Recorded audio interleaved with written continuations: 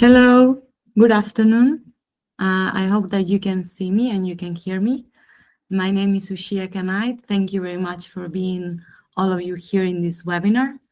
Um, this webinar is part of a series of webinars from the Geneva School of Diplomacy, and this is going to be conducted in two parts. The first one will be the seminar of the guest speaker, and the second part, it will be a Q&A session in which you can ask any question that you might have about the topic. And today, guest speaker is the Professor Dr. Athar Sultan-Khan. He is the Dean of the Geneva School of Diplomacy. He's a former Chief of Cabinet for the UNCR, and he has more than 40 years in high-level diplomacy, including advising to the UN Secretaries General. So he will share today with you the insights of navigating the global challenges and how to build essential skills that will be impactful for international careers. And so without any further ado, I would like to present the Dr. Athar Sultan-Khan. Thank you very much for your time today. Thank you very much, Usha, for the kind words, and good afternoon or good morning and good evening, depending on where you're joining in, to all of you from Geneva. My name is Athar Sultan-Khan, as it was said, and I'm Dean here and also a UN staff member for many, many years, as it was said. Let me see how I should make my presentation. I would like to talk a bit about the state of the world today, what's going on. A lot of you who are interested in international relations, international affairs, and politics and diplomacy obviously are pretty much aware of what's going on. But the way I look at it, the state of the world is very, very concerning to the international community, to the United Nations, to UNHCR, an organization where I serve, because there are more and more people who are forcibly displaced in this world than they were in the past. The figure exceeds 120 million people, as UNHCR has announced that at the World Refugee Day on the June this year. Now, this figure is sort of like going higher and higher. This does not include migrants who cross the borders in a voluntary way. This is the figure of only those who are forcibly displaced out of their places of residence, out of their country. But this also includes those who have left the places of origin but are still in the country of origin, but that we call internally displaced people. So the figure of 120, you could easily Google and get the breakdown. I don't need to spend time to explain to you, but this does not include the migrants, as I said. Now, the vast number of people in this figure that I gave you, 120 plus million, are women and children, vulnerable people who are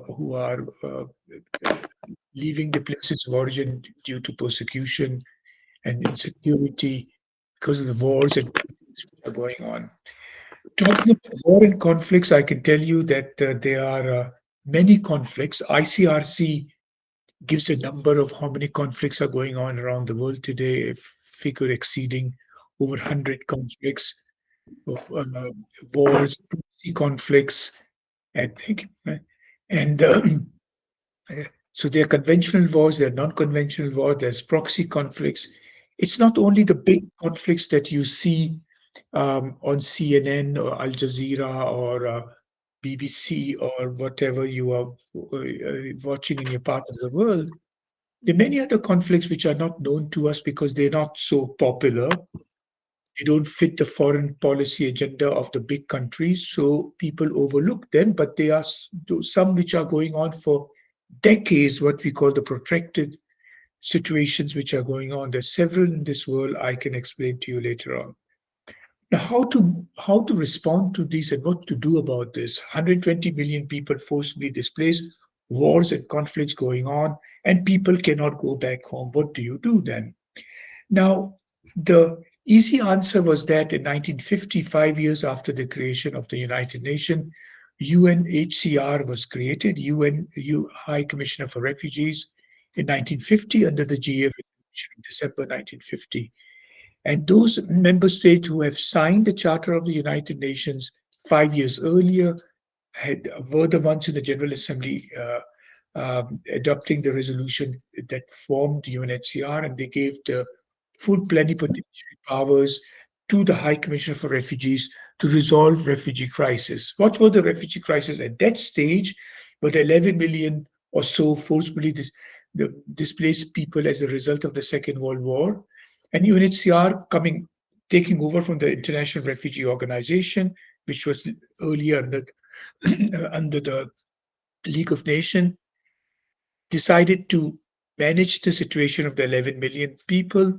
And once that was taken care of, the mandate was supposed to be ended after 3 years. But unfortunately, that never happened. It was extended, and UNHCR is still going on because of the refugee crisis around the world.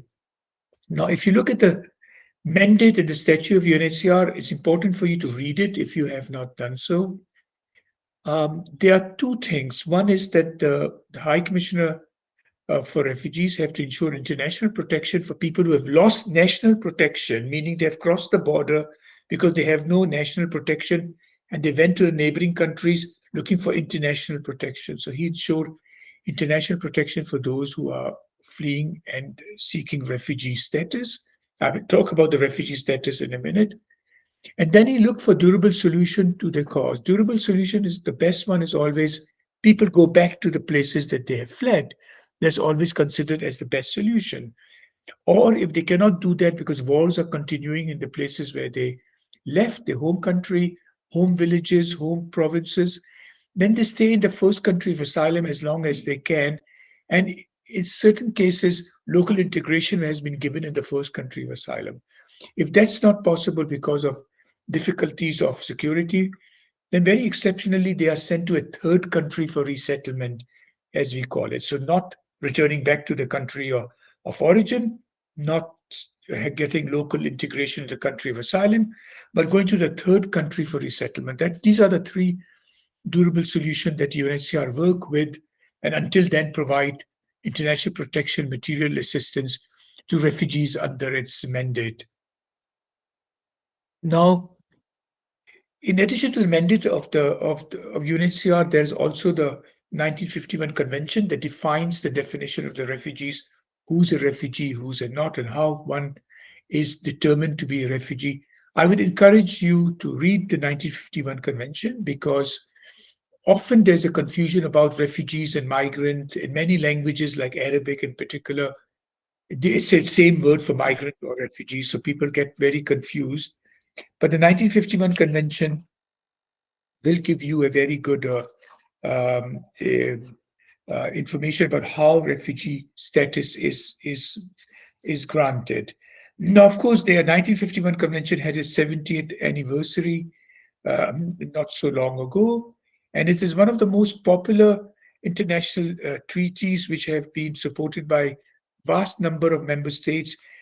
It shows, in my opinion, the strength of diplomacy, which we're going to talk in a few minutes. Also, what diplomacy can do to pursue member states to come together and sign a convention. So 51 Convention and the 67 Protocol are the fundamental framework for UNHCR to determine the refugee status. There are challenges with the 51 Convention also because burden sharing sometimes is not there. Few countries keep on receiving refugees, others don't. There sometimes people try to send refugees back, don't accept asylum seekers, and and other difficulties. But I leave that in the Q and A's later on. Now, with this sort of image that I portrayed for you already, 120 million people forcibly displaced everywhere, wars and conflicts, proxy conflicts going on, insecurity going on in this world, most part of the world, I would say, one way or the other. Uh, where I'm speaking for is one of the very exceptional part of the world where there is peace and security, high level of development, human development, economic development, political stability. It's rather rare, I must say. But what are the challenges now? Immediately, when we look at it for UNHCR and what I know from my own experience, there's two particular challenges we face because of what is going on.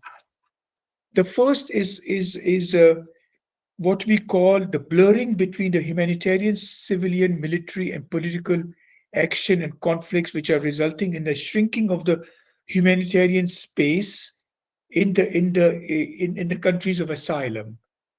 uh, there are too many refugees in the countries of asylum. Uh, Conflicts are still going on. Humanitarian space is shrinking, and it gives more and more difficulties for organizations like UNHCR, OCHA, WFP, UNICEF, and others, and NGO community, obviously, and the host country itself to do its work because the humanitarian space is shrinking, as I said to you. Now, this is the case in the global south in a whole area that I define as a crescent of crisis, starting from Central Asia, going to Southwest Asia, Middle East, the Horn of Africa, that represent a vast number of refugees, that the figure I gave you. So if the vast number, the high percentage of women and children, as I told you, vulnerable, but if you look at the ethnicity, the vast numbers are those coming out of the Islamic world, as we call it, you see. So this is one concern, which is a shrinking of the humanitarian space in the global south, in the countries of asylum where most of the refugees are. The second thing is the erosion in the asylum's space. The erosion in the asylum space, meaning that countries that were used to be very generous to provide asylum are no longer doing that because they are either too burdened or have less confidence like before, and this is something that we see very often, shrinking of the human compassion space, where we see the asylum system eroded as sentiments of xenophobia, anti-immigrant political parties are gaining ground in many countries. And this is something which is not in the global south, but more in the industrial north, from, in fact, from the region that I'm speaking. Many countries, Switzerland and neighboring countries to Switzerland, have said that look, we have enough of this category of refugees, enough of that category of refugees. Pick and choose, close the borders. Send someone entered Greece, they go to Italy. Italy send it to Germany. Germany from Germany they go some go to Sweden, and it's becoming like that. There's a whole question of erosion in the asylum space in the global in industrial north as opposed to the global south. Now, um, what should we do about all of this? If you say, Mr. Sultan-Khan, that's very good. You gave us alarming figures and everything this afternoon, but what are you doing about it? Let me tell you. What UNHCR has to do is to ensure its mandate responsibilities, working with member states, host countries, countries of asylum, third countries, or what have you. They're the donor countries providing money for UNHCR because almost everything is voluntarily funded by the High Commissioner within one calendar year. They're the UNHCR working with its partners. Vast majority of those are not only the UN members, but the UN agencies, but they are also the NGOs and the host country institutions. But what do you do about it? What does need to be done? I think in the past, when I started with the UN, and as my colleague told you earlier when she introduced me, it was obviously several decades ago. Um, we were able to find solution to the ongoing conflicts, and peace was achieved and sustained, and there was peace and development, and there were security, and refugees were able to return to the places of origin.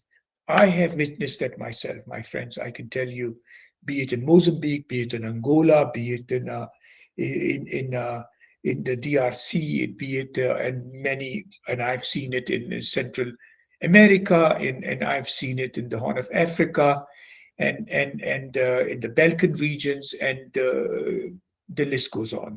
So we have seen that peace can be achieved and people can go back. How was peace achieved? It was done through diplomacy, obviously, not through wars. Wars cannot bring peace. War can just prolong the problem. Peace is only there if you deal with all parties to the conflict, state and non-state, agents, um, uh, uh, conventional, non-conventional. You have to deal with all parties on an equal basis. Try to find niches to bring them to the table. First, you can meet them apart. Then slowly, when there's a little bit of a confidence building, bring them together, and this can result into a peace agreement and implementation of which could result in people then returning back to the places of origin. I mentioned to you the Balkans, the Dayton Accord in the Balkans, for example. I mentioned to you Asia, the Vietnamese and the Cambodian, the Comprehensive Plan of Action on Paris Accord, which resulted in Vietnamese refugees going back home. There are also accords which were signed with Angola, Mozambique, South Africa, and in the Central American context with Mexico's El Salvador and Guatemala and many others. Much before my time, obviously, it was also people, refugees going back to Argentina and Brazil and Chile, the crisis that you have heard about, which were there in the 70s. So diplomatic dialogue with all parties to the conflict, if it's done in a certain manner, and I can talk to you about if time allows it, can result in peace. Diplomacy, as I always say in my talks, take time but shows the better results, more humane results. Wars don't show that. Wars, there's a lot of destruction. One can say, oh, yeah, but you can reconstruct. Sure, you can reconstruct. You can reconstruct the buildings, you can reconstruct the bridges, you can reconstruct the roads, the hospital, the school, but you cannot reconstruct the lives. And that takes a long time to do reconciliation with parties after the conflict. It takes decades to build confidence again. So that's why I'm like the UN, like the Secretary General, his office, the United Nations itself, we are all very much supportive in a peaceful solution to the ongoing conflicts by dealing with diplomacy and dealing with all parties to the conflict. Now, this is takes me to 20 minutes I have talked to you about. Now, like I said, you could later on look at the numbers yourself. Google UNHCR refugee statistics. You will get the whole breakdown that I gave you, and you can also look at also what are the major crises going on today, and you could see that. Tell you in a nutshell, but you could see that yourself later on. But um, but what I can tell you is that diplomacy itself is having a lot of difficulties. I saw that 10 years ago, and I start coming up with a concept I call real diplomacy by dialogue, which I developed in UNHCR and later on finalize it in the Geneva School of Diplomacy. Then my handbook on diplomatic protocol were launched by UNHCR a year ago and used by UNHCR representatives in the training how to work with diplomacy in the places that they are assigned. And I'm doing the same with the UN, with the UN representative in the UN Staff College in Torino. I've done it once and I aim to do it again, and also with UNITA, the UN Institute for Training and Research.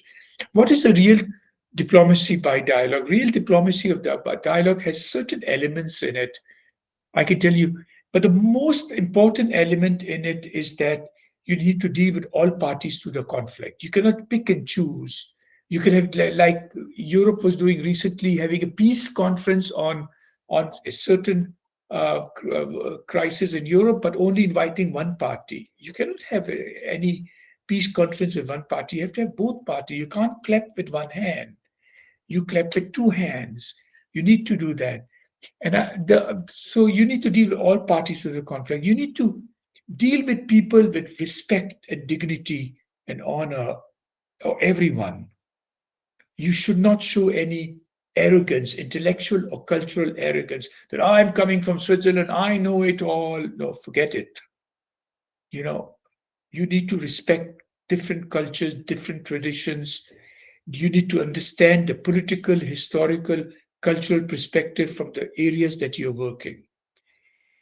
And if you have a diplomatic envoy like that, and the diplomatic envoy's profile, she should not be a party nationality of a party to the conflict, or he should not be nationality or party to the conflict, because they would have a longer time to convince the party that they are indeed impartial and objective when they're trying to deal with them. It's very obvious, it's a very obvious thing I'm saying. So if you do these things, carefully select your diplomatic envoy who understands the region that he or she will be dealing with.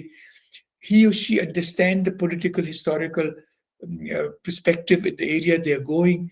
He or she knows how to deal with people in dignity and honor and respect, and avoiding intellectual and cultural arrogance, and carefully selecting the interlocutors they're dealing with, carefully selecting the right time, the right dialogue in the right place.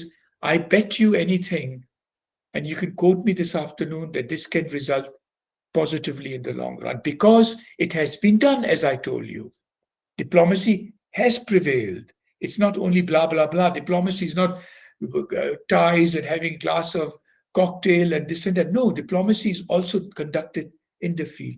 The problem is also, though, after saying all of that, the problem is also diplomacy as conducted by many member states have changed a little bit. I have sensed that in the last 20 years, in the sense that um, instead of like having dialogue and consultation, what the word diplomacy means, it's a Greek word, means dialogue.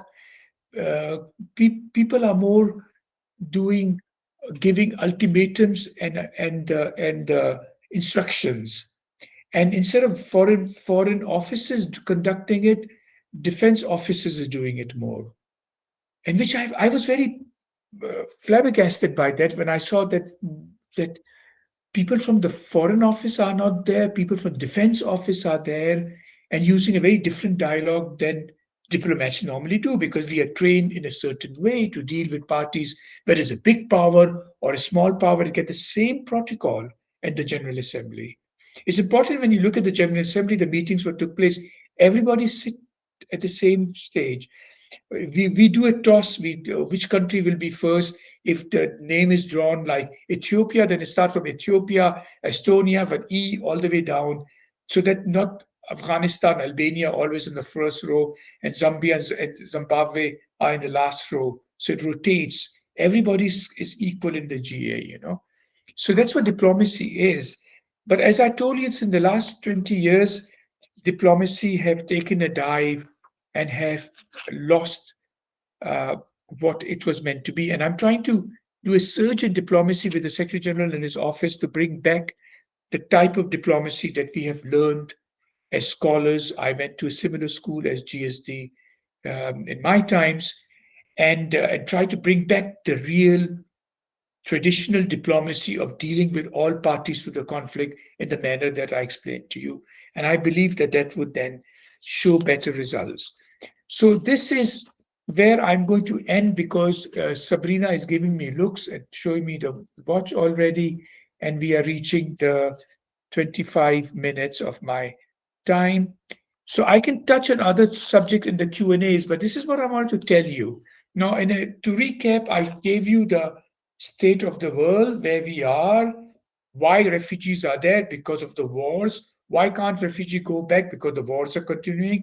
How can they go back if diplomacy brings solutions? And why is diplomacy going wrong? Because of the reasons I gave you. Can we correct it? Yes, we can. The reasons I gave you. So with all of that and what I told you about UNHCR, I'm going to take a pause, take a sip of water, and wait to see what Q&As will be coming through. Thank you for listening to me. Thank you very much, Dr. Athar Sultan. So right now, the second part of this session, this webinar, it will be the Q&A. And in that case, I will be the moderator. So you can either write your questions on the chat, or you can raise your hand. So if you want, we can start. Let me see. We have some questions. So please, you can raise your hand to start the discussion. Okay, perfect. So the first person that raised the hand was Wallace. So please, you can unmute yourself and let us know what is your question. Hello, good afternoon. Good Thank afternoon. you for the invitation and very nice talk. So first of all, I have a question about the international human right, the international human right protection, because I've seen in a lot of countries who are in conflict right now, who some organization like the Red Cross doesn't have the right to help because of the law of saying that they don't have the jurisdiction because it's a national conflict, not an international conflict. So, and my second question is, how can we protect children in international conflict, armed one, especially what we see today in Ukraine or in Israel? And the third question is about uh, is really the organizations trying their best to interfere in international armed conflicts as well. And about the refugees, some countries are accepting refugees, but I think that the job of the international organization is not to adapt these people, but more to help them during the trauma that they had from the war and trying to adapt them to the countries. But the real thing is them countries is already destroyed and a lot of people are dying. But is the international legislation really doing something to help? Thank you for letting me talk. Yeah, thank you very much for your question about the human rights. Indeed, it's challenging because many countries consider human rights as a sovereignty thing. They can say, look, it's our country, we decide what rights we give to our people, but we have the Universal Declaration for Human Rights that many countries, almost all, have adopted it. So the UN High Commissioner for Human Rights and his office they try to remind countries to abide to the conventions on human rights, to allow its national citizens the same type of rights that we have in many other countries. Of course, we cannot make every country like Scandinavia, let's put it that way. It's very difficult. My country of origin, Pakistan, for example, also there's a lot of problems, for example. So, but one try to do as much as one can working with the host countries towards human rights, trying to advocate, trying to remind them, trying to have access to the people who are in difficulties, and try to assist them. If their problem is very severe, then we have also then tried to resettle people in other places. And when the situation changes, then they return back to home.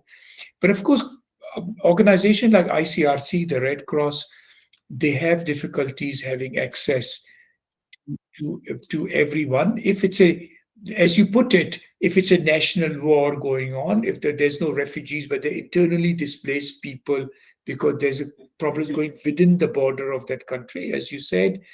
Of course, not everybody get jurisdiction. UNHCR deals with refugees, but we also deal with the internally displaced people under the auspices of the United Nations Coordination Office, OCHA, as we call it. So we try to then work with the host country to help them resolve their problem, because the problem is always the host country's problem. It's not our problem. We are there if we are invited by them to come and help them. It's not that we're looking around, where are the problems? We're going to go run and try to look for jobs there. Not at all. The problem is their host country's problem. We are there to help them resolve the problem. They should see us as an asset. They should see us as something very beneficial for them. We bring expertise to tell them, but not everything, because anything they can do themselves. It's not the question of bringing money only. This is not a charity program. This is a humanitarian program. So we try to work with host countries. If we improve on the water supply or education program, we allow not only refugees or internally displaced people, but other citizens to have access to the same projects that we have, so everybody's treated equally. With these kind of style of working, and then one build confidence and trust, and one can go forward. I worked in the Horn of Africa I worked in Somalia and Sudan, for example, and I went through these kind of issues. I was in Cameroon, for example. I was in DRC, for example. So I worked. I'm not a Geneva man now. Of course, I'm sitting in Geneva, but early part of my career, I was in the refugee camps. I'm telling you with my experience. So it can. I think many things can be done if you dialogue with people and try to find the right niche. And if you don't understand, then use the local staff in your office in the country where you are to go and talk to the interlocutors, and they can say, yes, Mr. Sultan-Khan, now you can come. She's ready to talk to you, or he's ready to talk to you. Don't raise this question yet. You raise it later. Learn from the local people. Very important, because local culture, local perceptions, local perspectives are very important. We are a world with different spectrum when it comes to different perspectives in this world. So we cannot just say, I'm coming from Europe, I know it all. It's nothing like that. Thank you very much. Thank you very much. So the next person that raised their hand. Can I ask my question, please? Yes, but please, first it was Sebastian, and then they will be your turn. Okay. Yes, of course. So the next person that raised their hand, it was Sebastian. So please, you can unmute yourself and let us know what is your question. There's a question in writing. Yes, Sebastian, you can unmute yourself and let us know. I do. Am I supposed to read the question? No, I will read them. Of course. Okay. We are taking on one person. We cannot hear you, Sebastian. So maybe you can try to solve your audio issues, and the next person, it will be the European corridor, exactly. So please tell us, what is your question? Thank you. Good evening, and nice talk, Mr. Mohammed. It was very enlightening, although short. In your talk, you said that when people move from their origin country as a refugee to the other country, there could be two possibilities of them either going back to the origin country or moving to another country. Now, I have a question over here. How does one solve citizenship rights of these refugees? Yeah. Thank you. Yeah, sorry. No, I said thank you. Yeah, the rights of refugees, as I said, the 1951 Convention and the 67 Protocol, you should look at it. That finds the how one is determined as a refugees.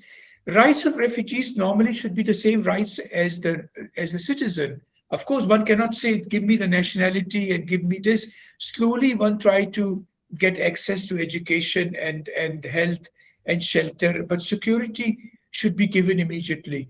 I think the when refugee crisis happen, I tell you from my experience, when refugee crisis happen and there's a big influx of refugees from a neighboring country A to the country origin A to the neighboring country B, and that neighboring country receive all these refugees, then what UNHCR does immediately is register them to ensure that we understand the profile of the refugees, how many women, how many children, how many elderlies, how many minority ethnicity people, so that they will receive different kind of assistance and in protection as well, and security concerns or what have you, single women, girls, you name it. One has to carefully look at that. Then we try to make sure camps are set up away from the border so they are not next to the ongoing wars and conflict, which is sometimes difficult to do, but we try the best to influence the host country where the camps should be situated.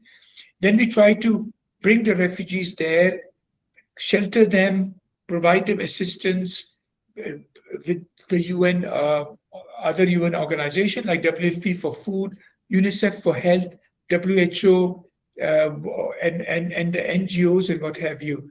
And we try to, of course, they can stay. Normally, we try to ensure they can stay in the country of asylum as long as they have to stay.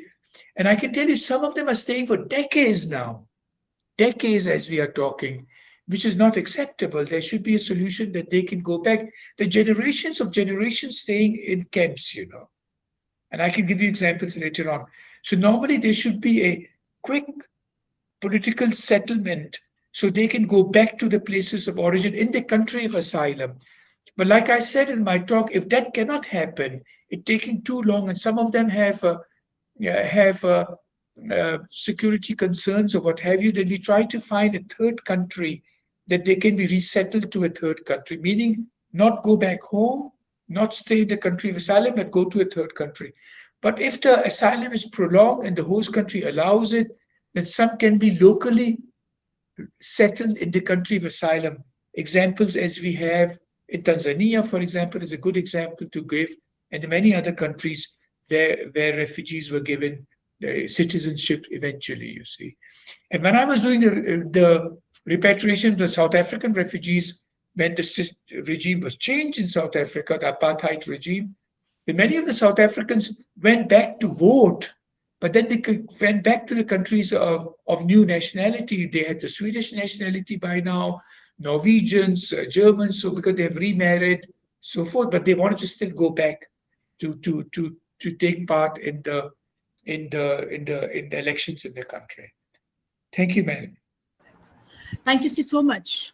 That was illustrious. Thank you. Perfect. So the next person that wants to do a question is Joseph.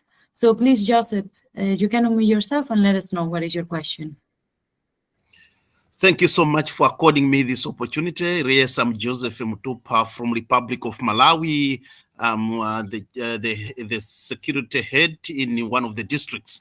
Thank you, Professor, for your explanation. It is quite enlightening and comprehensive, and I hope we are going to share your write-up so that we can be following through.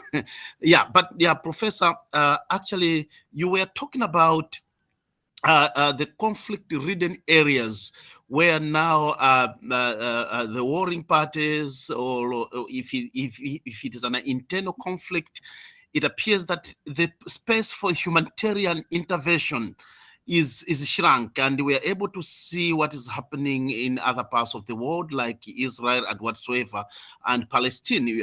Like you have rightly put it, in Palestine, for example, the humanitarian space is being shrunk, and we are able to see, and we're able to read that even some families and some children go hungry just because the humanitarian space is shrunk. At a material time, we have documents, covenants, and whatsoever, like the UN or the regional bodies are actually enacted or actually established quite a good number of regulations that need to be taken into consideration.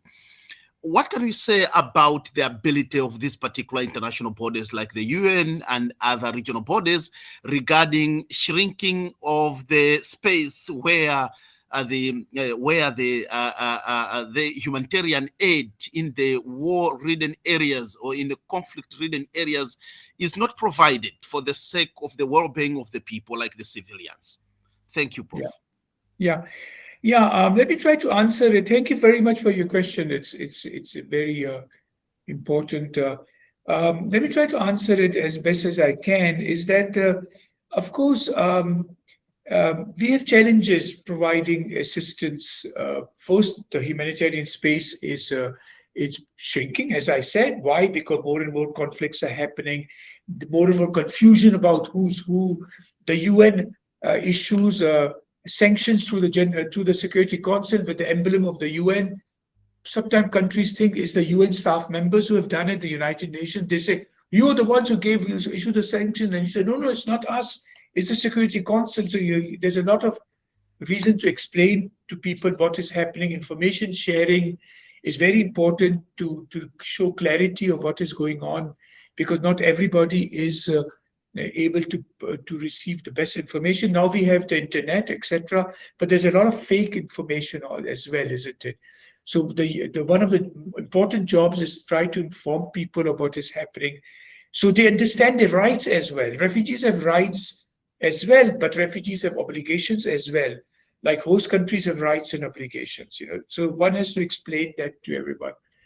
Of course, in a shrinking environment, what do? You try to, in my opinion, what I would do, and I have done, is that I try to work with the local interlocutors. And the local interlocutors are everyone. It's not only the Ministry of Foreign Affairs in the capital city, it's not only the Ministry of Interior in the capital city, but it's also the authorities of the provisional town where the refugees are. The prefecture, like they say in the French-speaking Africa, or the local governor or of the town, of the province. One has to work with everybody. One has to work in a way, in a style of diplomacy, as I said, that people understand. They say, this man is making sense. We should not stop him from seeing the beneficiaries he's trying to assist. He's making sense. Give him the corridor to go and see. If you deal with all parties to the conflict, even if there's a war, internal war is going on, a civil war, if you deal with all parties, they will allow you a humanitarian corridor to reach the people who are in need of assistance. It's quite remarkable. It has happened in many cases in the Middle East and Africa, in my experience. So this is what is needed now. The one problem is also, I must have said, is that there's a lot of donor fatigue also. Countries which were providing a lot of assistance to Asia and Africa are no longer doing it because there are many crises happening in their own continents, in Europe and elsewhere. So assistance have been decreased. So this is another problem. And many other countries who could provide assistance are not doing it because they're not so convinced about what is going on in these countries. So one try to work with donor countries and to try donor countries' delegations to visit the camps so they can see themselves that the money they give is well spent, there's accountability, there's better reporting, and the money is not going here and there, as there has been some time remarks made by donor countries. So donor fatigue is there, but donor concerns are there about the money. And the host countries do a lot of burden sharing, and that should be highlighted as well, because it's not everything is not about money. Providing asylum, providing space in your own country, providing access to your schools, hospital, when you have so many other challenges yourself at home, is worth a lot of money. We have to quantify it so people can see, yes, these countries of asylum is also sharing the burden. It's not only the rich countries in Europe and North America who are giving the money. So it's very important to show the balance of burden sharing by North and South. And big countries of asylum has been in the past Pakistan and Iran for the Afghan refugees, and Lebanon and Jordan and Turkey for the Syrian refugees, and Kenya and Ethiopia, DRC and others, and Uganda for Somalis and the Sudani refugees. So one has to also try to recognize burden sharing, which is very important in refugee crisis. Thank you very much. Thank you so much, Professor. Thank you. Sebastian, do you want to try? If you can let us know. Can you hear me now? We can hear you really slow, really low, but we can hear you. So I just wrote the question down and I can read it if it's okay. Yes. I think connection it was the whole time functioning very good. So my name's Sebastian. I want to know if what the upcoming challenges are of the UNRCA regarding that we witness a power shift to a multipolar world order where not only states will be the recipient, which have to be dealt with, but also civil society groups and private groups. And as a potential student of GSJ, which is aiming for a career in international relations and diplomacy, what can I do by now to prepare and understand the new kind of difficulties regarding this by now? And second part of the question was, because I had to split it because the text was too much. The history of multilateralism is bound together with cooperation between states, and it's likely that multilateralism will continue to move forward towards cooperation with new players. So that's what I wanted to know. Yeah, the first part of the question, I'm afraid I didn't get it completely. Maybe Usha can rephrase it for me, but I can. I can try to Yeah. specify that. So in the world we are facing in the near future, it seems to be that not only states will be recipients, which have to be dealt with, but also private groups and societies and companies as well, because of the power shift. And that's a little bit a look into the future, maybe. But as a potential student, I want to know how to, regarding this, how to prepare for it and what difficulties are coming along with it.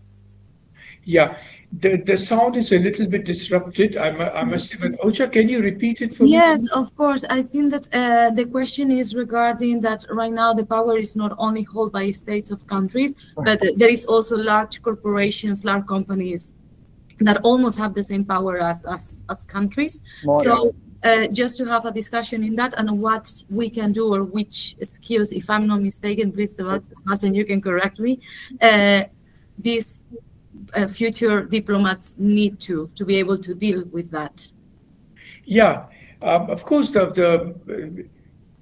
big multilaterals, big corporations obviously can play a big role also in providing support to refugee crisis. And what we have done in UNHCR and the UN is to advocate that refugees don't just bring also expertise and can be a part of the labor market as well. If the continent that I'm speaking from, and I believe you may be also there, is that it's an aging continent where we need to have a more working class because it's an aging population. And many of the refugees and migrants also in Germany, for example, I can give an example, have become important members of the workforce in the countries they were observed by these big multilateral companies. And they have then started issuing agreements with the different countries to import labor as well. So multilateral companies, huge national corporations can also play an important role, and they do so. That's what we call private sector fundraising to try to get support and from these companies. Your question, the second question, is important for me to highlight because multilateralism is indeed under fire. People are not so convinced to work in a multilateral environment like we used to do in the beginning. Countries are more used to now working together with a small group and not necessarily in a multilateral surrounding as called for by the United Nations. The Secretary General have insisted that multilateralism is the future. One has to work together. We have global problems which require a global action, a global solution, globally, not unilaterally. We gave the example of the pandemic of the COVID crisis, where countries were all working alone rather than working together. And similarly, when it comes to refugee and asylum, one has to work together and to resolve it because it's not a question about one country. Because we worked in a global, we are in a global community altogether. I hope I answered it. If I missed anything separately, you could text me. I can try to then elaborate separately. Thank you very much. Perfect. So right now what I'm going to do is I'm going to pass to the questions that are on the chat. The first question, it will be from Santos, and is that it will be a country where there are not so many population, but if refugees can be sent there, they will help the country, or they will help to build the country, if that is a possibility. That is the question from Santos. If a country is a small country with less population, can refugees come and build that country? Yes. Yeah, look, it has happened in many places. Because refugees, when they come, they are so grateful for the asylum they receive that they wholeheartedly integrate in the new country then. And they become the new citizens of that country. Take the United States as an example. Despite of everything which goes around the world, everything about the United States is a very generous country in providing asylum. And people who go to America very quickly become part of the American system. They get nationality very quickly, they start working very quickly and integrate very, very quickly. There are some extraordinary examples of refugees coming in and entering the medical sector because there was a huge need for medical doctors in the United States and others. In Germany, for example, there's a huge need for engineers, believe it or not. So I'm trying to, in my discussion with my German friends, trying to encourage them to try to bring in refugees and migrants who have this kind of skills and give them an opportunity to join that sector. Of course, language is a barrier sometimes. Some countries like Switzerland also, they say, oh, you have to learn French or German or Italian before you start. But some jobs you don't need to be totally fluent because you're not going to be a professor of French. You're going to be a technician. So, of course, refugees have played a huge role in building countries, building up countries, when entered the countries, and very, very positive. There are many examples that you could see in this world where refugees have played a big role. United States, I gave you as an example because it's in my country of immigration, so I gave you that example. Thank you very much. Perfect. The next one, it will be from Matthew. And sorry, the next one, it will be from Francois. And is, do you believe that traditional dialogue still has a place in today's ever polarized world, or we need to find new means of diplomacy? Good question. Traditional dialogue, I think when I say understanding the local perspective, this is what I mean actually. You need to know, uh, about the local laws and local practices in the places that you're trying to resolve a problem and try to work with that. You can't import policy and ways of doing things from outside. It would take enormous amount of time for them to understand it and give confidence to start working with that. You need to look at the local traditions, local policies, local politics, and build on it, try to adjust it as you go along in it. And I think that has been very, very helpful. In the places I was assigned by the UN, I used to spend a lot of time understand the local traditions.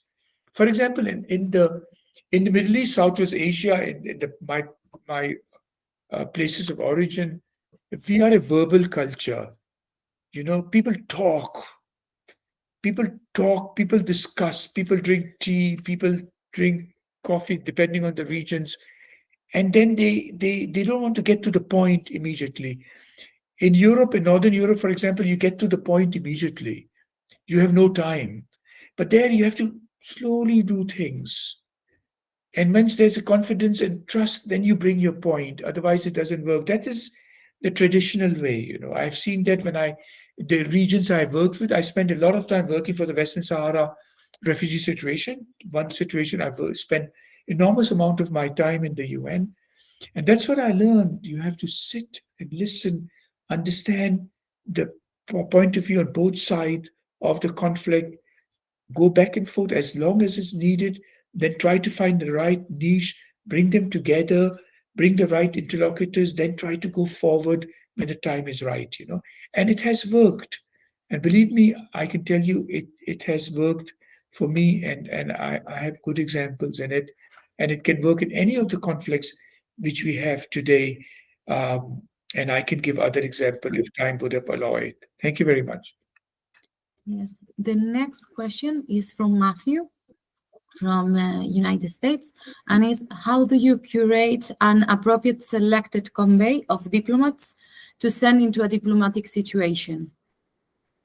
Yeah, normally you see, like normally United Nations is an organization since 1945 with 193 member states, and so we have an enormous amount of member states, countries, and but we have also quite clearly defined geographical areas, as we call in the United Nations.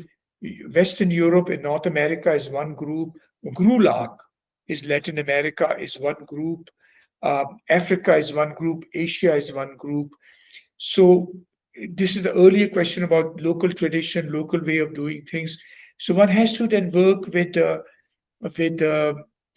with people from different regions depending on what you're trying to resolve. My earlier point was that if I'm trying to resolve I can give the idea from my part, my places of origin is easy to for me to say. If we were trying to resolve the outstanding Kashmir situation, which is pending since 1947, I doubt the UN will designate me as a diplomatic envoy because I'm originally Pakistani. I also have Afghan background from my father. Because although I'm born in Europe, grew up in Europe, I studied in the US, it will be very difficult for me to build confidence and trust with one of my interlocutors because of my origins, isn't it? So this is what I mean to avoid carefully select your diplomatic envoy, and we have many big area, as I told you, 193 countries, so we can easily select people. Then the other thing is that not only the profile, but the experience and the style, that people are flexible enough to learn on the job as they go along. Nobody knows everything in this world. My friend, I learn every day. I'm learning from all of you. I learn from GSD. I get nervous when I give a lecture at GSD because students always ask the right question, you know. When I'm with government and delegations of the UN, before they ask the question, I know the question. Before I give the answer, they know the answer, you know. We talk the same thing together, but students ask always the right thing. So we learn always new things. So this is what my point was, that we should be able to select people carefully, those who are not party to the conflict, people who are willing to understand the situation that they're going to resolve. Not that they're reading the briefing book in the plane before they're reaching the capital. Give me the briefing note. What does it say? How do you pronounce the name of the interlocutor? I can't pronounce it. I mean, look, haven't you read the whole thing we gave you a month ago, you know? So this is what happens, you know. Like, how do you explain, how do you pronounce it? Abdul Karim, I can't, you know, look, my friend, you have all the time. So this is what I mean. Prepare yourself, read about the country, its history, its geography, why the conflict happened, what is their perspective of the conflict, what is the other side perspective of the conflict, what is their rhetoric, where is other side rhetoric. Don't base everything from the media that you are coming from, you know, or the books that you have read yourself, you know.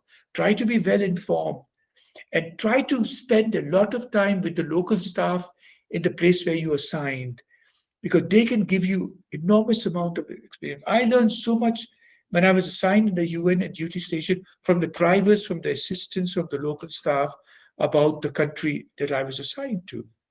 It's very important to listen and learn and then take the right step at the right time, and applying diplomacy can result in solutions. Thank you.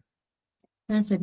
We are on time, but I think that maybe we can answer maybe two more questions, Dr. Attar, if that is if that is okay with you.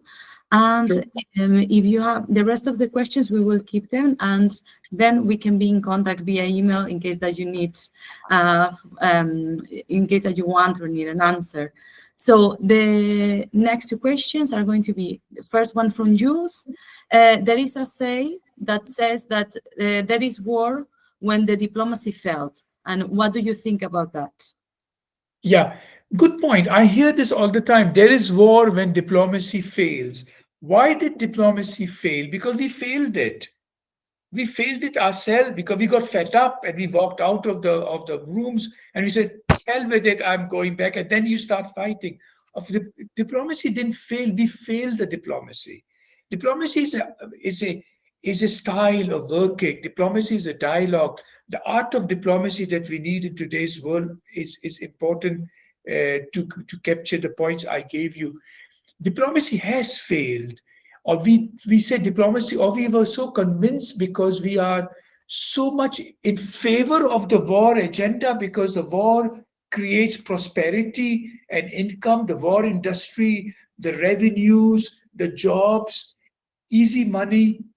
Immediately you destruct a building, then you construct a building, then you destruct a building, you construct a building. Everybody makes money all along the way. And then diplomacy is blah, blah, blah, closed door. So people say, hey, look, I'm sorry, I'm going to do it my way. So I agree with you. Everybody will tell me that diplomacy doesn't work. We have no time for diplomacy. Diplomacy takes time, but it always shows the better results. And I gave you many of the examples already. Let me just tell you, like the one passing. Is there another question coming? Oh, sure. This is the last one. And we can have this one as the last one, I think, because we are already over the time. Let me tell you, when I was in a similar school like the GSD, I've said that to, sorry, Sabina, you're going to hear it for the 10th time. When I was in a similar school like GSD, a paper I was writing, I wrote a paper that I said that one day, this was, of course, in the late 70s, early 80s, you can see my gray hair, I've been around, right? So when I was writing this paper, I said to my professors, my paper was, one day you could travel from Lisbon to Warsaw without having to change currency, without having to cross borders, without having to have to show your passport. My professors laughed and they said, you're so idealistic. This will never happen. Look at Europe. Look at the crisis going on. Look at the Cold War. This will never happen. It happened. It happened. We had the European Union. I can go from Lisbon to Warsaw without changing money and anything like that. I was right. But then I was in my 20s and I was, bad question, bad paper. This will never have it happen. So I told the graduation class at GSD last June, I said, look, dream big. Say one day you could travel from Casablanca to Jakarta without having to change cross borders, without having to change money, without having to show your passport. You can say, Mr. Sultan-Khan, are you crazy? Look, my friends, things can happen. Things have to happen for the sake of you, all of you young people here. We have to do something. We can't continue with the world as it is. That's why the Secretary General, his compact for the future that he's trying to develop is that we need to work with multilateralism. We need to work with a system that would address all of these problems. Conflict resolution is only one part. Climate change is such a huge part. Security and safety, minorities issues. We have a huge agenda in our hands, and we're going backwards. Unfortunately, I notice. So that's why I think that dream big, and changes need to come, and changes will come. You can mark my word for that. Thank you for listening to me, and have a fine afternoon or evening or end of the morning, depending on where you're signing in from.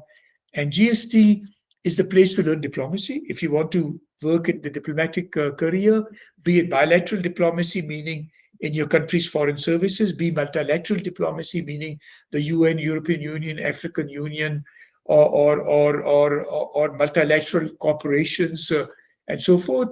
GST is the place to come and study. And we give you, we not, because professors many are like me who've worked in the region, so we don't just use textbooks only, but we try to teach what we know, and we've applied ourselves, and we give vivid examples of failures and success in our work. And many of the students who graduated got jobs in diplomacy, and if you look at our website, it will show you in our alumni list where they are. So there are other schools like GSD as well, but I'm just saying GSD because I'm calling from GSD. So thank you very much to all of you, and have a wonderful continuation of the day. Bye for now. Thank you. Thank you very much, Dr. Athar. Thank you so much. Thank you very Professor much. Bennett. Thank you, sir. Thank you. As we are Thank you pointing very out, much. as we are pointing out in the chat, Thank you very you will much. receive soon further information about the webinar with the highlights, and as well as you will get further information in case that you want to have an information session, a one-on-one with an admission counselor to get more info about the institution, about the programs, or if you are interested in to apply, to also assess your profile, know what are your goals, your motivations, and check anything that you need in terms of the admissions criteria or application. So thank you very much for your time. We will keep in contact and enjoy the rest of the day. Thank you. Thank you so much. Thank you Thank you so very much. much. Thank you much, Dr. Bye bye. Thank Thank you you very much. so much. Thank you. Thank you so much. Thank you. Thank you so much.